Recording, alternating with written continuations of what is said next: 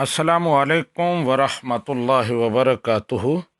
پاکستان کے شہر اوکاڑا سے حافظ محمد نعیم صاحب نے سوال پوچھا ہے کہ بیوی کے پستان کو چومنا چوسنا یہ شرعن کیسا ہے؟ جی حافظ محمد نعیم صاحب، یہ بالکل جائز ہے، بلکہ اگر اچھی نیت سے ہو تو اس پر اجر کی امید بھی ہے۔ اچھی نیت سے مراد یہ ہے کہ یہ بندے کا ارادہ ہو کہ اس طرح عورت کے جذبات کی زیادہ سے زیادہ تسکین ہوگی، اسے سیٹسفیکشن ہوگی، اور اس سے اسے پاک دامنی اور عفت ملے گی، اس کے ذہن میں برے خیالات نہیں آئیں گے۔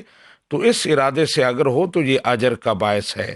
حتیٰ کہ امام اعظم ابو حنیفہ رحمۃ اللہ علیہ لکھتے ہیں کہ میاں بیوی کا ایک دوسرے کی شرم گاہوں کو ہاتھ کے ساتھ مسلنا، چھونا، یہ بھی اگر اچھے ارادے سے ہو تو اجر کا باعث ہے۔ فرماتے ہیں ارجو انہما یؤجران علیہ، مجھے امید ہے کہ اس پر انہیں اجر ملے گا۔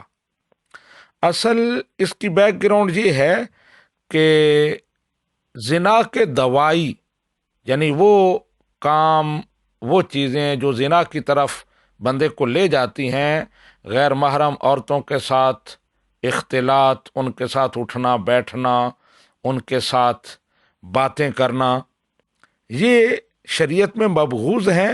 لیکن وہ چیزیں جو انسان کو زنا سے دور کرتی ہیں، یعنی جائز طریقے سے اپنی فطرتی خواہشات کو پورا کرنے میں معاون ثابت ہوتی ہیں، وہ محمود ہیں، پسندیدہ ہیں۔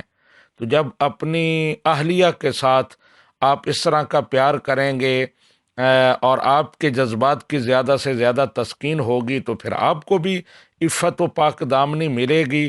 تو وہ چیزیں جو دوائی ہیں، جن سے زیادہ آپ کی اور آپ کی بیوی کی خواہشات کی تسکین ہوتی ہے، جسم کو مس کرنا، اعضاء کو مسلنا، تو یہ شریعت میں پسندیدہ ہے۔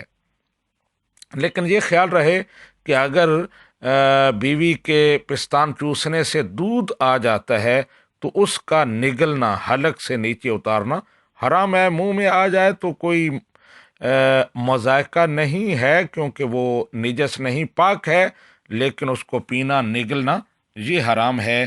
اس سے پرہیز چاہیے۔ ھذا ما عندی واللہ ورسولہ اعلم بالصواب۔